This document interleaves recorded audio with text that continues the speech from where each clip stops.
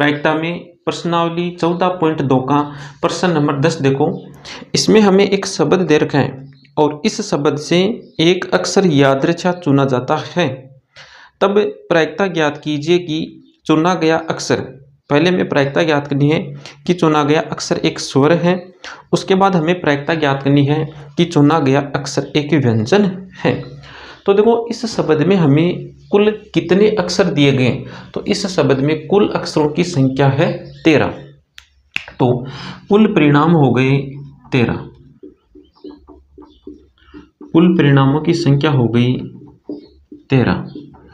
अब यहाँ पर ये देखो कि इस शब्द में कितने स्वर हैं और कितने व्यंजन, स्वर की संख्या। उसके बाद देखो व्यंजन की संख्या।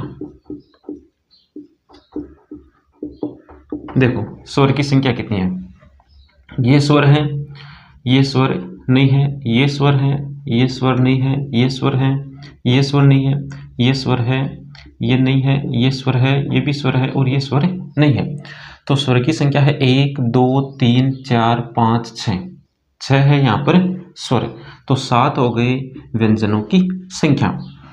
अब हमें प्रायिकता किसकी ज्ञात करनी है, प्रायिकता ज्ञात करनी है चुना गया अक्षर एक स्वर है, एक तो इसकी प्रायिकता ज्ञात करनी है। तो इसको हम मान लेते हैं घटना ई। चुना गया अक्षर, चुना गया अक्षर एक स्वर है, यह तो है घटना ई। और दूसरी घटना हम बना लेते हैं चुना गया अक्षर एक व्यंजन है, इसको हम मान लेते हैं घटना एफ। अब हमें घटना ई और घटना एफ इन दोनों की प्रायिकता ज्ञात करनी है। तो घटना ई की प्रायिकता देखो, तो एक बार तो प्रश्न में हमें सूत्र लिखना है अनुकूल परिणामों की संख्या। देखो यहाँ पर एक ही अक्षर का चयन हो रहा है, कितने अक्षरों का चयन हो रहा है, एक ही अक्षर का चयन हो रहा है। तो पिछली क्लास में हमने जो सूत्र देखा था वो हमें अब नहीं लगाना। वो सूत्र हमें कब लगाना है, जब चयन किए गए अक्षर हो, चाहे स्वर हो, चाहे संख्याएं हो, चयन की संख्या यदि एक से ज़्यादा है तब हमें वो सूत्र लगाना है। अनुकूल परिणामों की संख्या, और एक प्रश्न में एक बार हमें सूत्र लिखना ही है, एक से ज़्यादा बार सूत्र लिखने की आवश्यकता नहीं है एक प्रश्न में। अनुकूल परिणामों की संख्या बट्टा कुल परिणामों की संख्या। तो घटना ई के अनुकूल परिणामों की संख्या देखो, तो अनुकूल परिणामों की संख्या है 6 बट्टा कुल परिणामों की संख्या है 13। अब याद कर लो घटना एफ की प्रायिकता। तो एफ के अनुकूल परिणामों की संख्या कितनी है 7 बट्टा कुल परिणामों की संख्या 13। तो घटना ई की प्रायिकता है 6/3 और घटना एफ की प्रायिकता है घटना ई की प्रायिकता है 6/13 और घटना एफ की प्रायिकता है 7/13। तो इस प्रकार हमें इस प्रश्न को हल करना है। अगला प्रश्न देखो, प्रश्न नंबर 11। इसमें लिखा हुआ है एक लॉटरी में एक व्यक्ति 1 से 20 तक की संख्याओं में से 6 भिन्न भिन्न संख्याएं यादृच्छा चुनता है और यदि ये चुनी गई 6 संख्याएं उन 6 संख्याओं से मेल खाती हैं जिन्हें लॉटरी समिति ने पूर्व निर्धारित कर रखा है, तो व्यक्ति इनाम जीत जाता है। लॉटरी के खेल में इनाम जीतने की प्रायिकता क्या है। हमें प्रायिकता किसकी ज्ञात करनी है, इनाम जीतने की प्रायिकता ज्ञात करनी है। साथ में हमें देखो संकेत में भी कुछ दे रखा है, संख्याओं के प्राप्त होने का क्रम महत्वपूर्ण नहीं है। यहाँ पर क्रम का कोई महत्व नहीं है। तो यहाँ पर हमें प्रायिकता किसकी ज्ञात करनी है, हमें प्रायिकता ज्ञात करनी है इनाम जीतने की, इनाम जीतने की प्रायिकता ज्ञात करनी है। तो इसको हम मान लेते हैं घटना ई। तो यहाँ पर हमें पी का मान ज्ञात करना है। अब देखो इस घटना ई के अनुकूल परिणामों की संख्या कितनी है। तो घटना ई के अनुकूल परिणामों की संख्या, घटना ई के अनुकूल परिणामों की संख्या। तो देखो, लॉटरी समिति ने जीतने के लिए पहले से कितनी संख्याएं निर्धारित कर रखी है? 6 संख्याएं निर्धारित कर रखी है। तो घटना ई के अनुकूल परिणामों की संख्या है 6। और कुल परिणामों की हम बात करें तो कुल परिणामों की संख्या कितनी है? तो कुल परिणामों की संख्या है 20। टोटल कितनी संख्याएं हैं? 20। तो कुल परिणामों की संख्या हो गई 20। अब देखो, यहां पर एक से ज्यादा संख्याओं का चयन हो रहा है, यहाँ पर 6 संख्याओं का चयन हो रहा है। तो इस स्थिति में प्रायिकता का सूत्र बन जाएगा अनुकूल परिणामों में से 6 संख्याओं के चयन की संख्या बट्टा कुल परिणामों में से 6 संख्याओं के चयन की संख्या। तो एक बार तो मैं सूत्र लिख रहा हूं पहले, अनुकूल परिणामों में से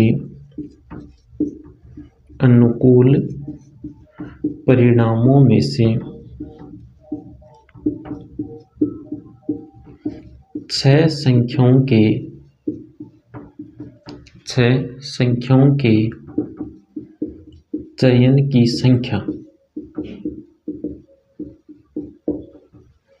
चयन की संख्या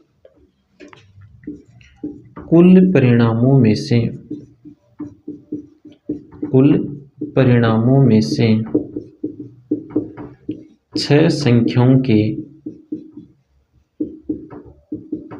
6 संख्याओं के चयन की संख्या। तो अनुकूल परिणामों की संख्या है 6। तो 6 में से 6 संख्याओं का चयन हो रहा है। तो 6 में से 6 के चयन की संख्या होती है 6C6 या 6P6। अब देखो, प्रश्न में हमें संकेत दिया गया है कि क्रम का कोई महत्व नहीं है। तो 6 में से 6 संख्याओं के चयन की संख्या कितनी होगी? 6C6 होगी। और कुल परिणामों में से 6 संख्याओं के चयन की संख्या कितनी होगी? तो कुल परिणाम है 20। तो 20 में से 6 संख्याओं के चयन की संख्या होगी 20C6। तो घटना ई की प्रायिकता आ गई 6C6 बट्टा 20C6। तो इस प्रकार हमें इस प्रश्न को हल करना है। अगला प्रश्न देखो, इस प्रश्न में हमें घटना ए और घटना बी, इन दोनों घटनाओं की प्रायिकता दी गई है। साथ में हमें इन दोनों घटनाओं की जो यूनियन घटना है उसकी भी प्रायिकता दी गई है, और इन दोनों घटनाओं की जो इंटरसेक्शन वाली घटना है उसकी भी हमें प्रायिकता दी गई है। अब हमें ये देखना है कि यहाँ पर ये प्रायिकताएं युक्ति संगत है या नहीं है, मतलब ये जो प्रायिकताएं यहाँ पर लिखी हुई है वो सही है या गलत है। तो देखो, कोई भी दो घटनाएं हो, उन दोनों घटनाओं की जो यूनियन घटना होगी उस यूनियन घटना की प्रायिकता उन दोनों घटनाओं की प्रायिकता के या तो बराबर होगी या उन दोनों घटनाओं की प्रायिकता से बड़ी होगी। कोई भी दो घटनाएं हो, उन दोनों घटनाओं की जो यूनियन घटना होगी उस यूनियन घटना की प्रायिकता उन दोनों घटनाओं की प्रायिकता से या तो बड़ी होगी या उनके बराबर होगी। और कोई भी दो घटनाएं हो, उन दोनों घटनाओं की जो इंटरसेक्शन वाली घटना है उस इंटरसेक्शन वाली घटना की प्रायिकता उन दोनों घटनाओं की प्रायिकता के बराबर या उन दोनों घटनाओं की प्रायिकता से छोटी होगी। यही बात मैंने यहाँ पर लिख रखी है। ए इंटरसेक्शन बी की प्रायिकता ए की प्रायिकता के बराबर होगी या ए की प्रायिकता से छोटी होगी। इसी प्रकार ए इंटरसेक्शन बी की प्रायिकता बी की प्रायिकता के बराबर होगी या बी की प्रायिकता से छोटी होगी। और ए यूनियन बी की जो प्रायिकता है वो ए की प्रायिकता बी की प्रायिकता के बराबर भी हो सकती है और ए की प्रायिकता और बी की प्रायिकता इन दोनों से बड़ी भी हो सकती है। अब देखो, पहले प्रश्न में हमें देखो ए इंटरसेक्शन बी की जो प्रायिकता हमें दी गई है वो है 0.6 और ये इंटरसेक्शन की प्रायिकता इस घटना ए की प्रायिकता से बड़ी है। और होना क्या चाहिए? देखो, होना ये चाहिए ए इंटरसेक्शन बी की प्रायिकता ए की प्रायिकता या बी की प्रायिकता के या तो बराबर हो या इनसे क्या हो, छोटी हो। और यहाँ पर हमें क्या दे दिया? यहाँ पर हमें दे दिया ए इंटरसेक्शन बी की प्रायिकता ए की प्रायिकता से बड़ी है। इसका मतलब यहाँ पर ए और बी की जो प्रायिकता है वो युक्ति संगत युक्ति संगत नहीं है। अगला प्रश्न देखो, इसमें हमें ए यूनियन बी की प्रायिकता ए की प्रायिकता और बी की प्रायिकता से बड़ी दी गई है, और ए यूनियन बी की प्रायिकता ए की प्रायिकता और बी की प्रायिकता से बड़ी भी होती है। इसका मतलब यहाँ पर ए और बी की प्रायिकता युक्ति संगत है, युक्ति संगत है। तो इस प्रकार हमें इस प्रश्न को हल करना है। तो हमें यहाँ पर इन 4 बातों को ध्यान में रखना है। अगला प्रश्न देखो, प्रश्न नंबर 13। इस प्रश्न में हमें एक सारणी दी गई है और इस सारणी में हमें रिक्त स्थानों को भरना है। तो इस सारणी का जो पहला प्रश्न है वो ये है कि घटना ए की प्रायिकता है 1/3, घटना बी की प्रायिकता है 1/5 और घटना ए इंटरसेक्शन बी की प्रायिकता है 1/15। अब हमें घटना ए यूनियन बी की प्रायिकता ज्ञात करनी है। तो देखो, ए यूनियन बी की प्रायिकता बराबर क्या होता है, ए यूनियन बी की प्रायिकता बराबर होता है ए की प्रायिकता प्लस बी की प्रायिकता माइनस ए इंटरसेक्शन बी की प्रायिकता। तो ए यूनियन बी की प्रायिकता बराबर ए की प्रायिकता कितनी है 1/3 प्लस बी की प्रायिकता कितनी है 1/5 माइनस ए इंटरसेक्शन बी की प्रायिकता है 1/15। तो ए यूनियन बी की प्रायिकता बराबर देखो लघुत्तम, देखो लघुत्तम आ गया 15, तो यहाँ पर आ गया 5 + 3 - 1, तो ये हो गया 7/15। तो ए यूनियन बी की प्रायिकता है 7/15। अब जो इस प्रश्न में 3 प्रश्न और है या 2 प्रश्न है, 2 प्रश्न और हैं, इन दोनों प्रश्नों को भी हमें इस सूत्र का प्रयोग करते हुए हल करना है।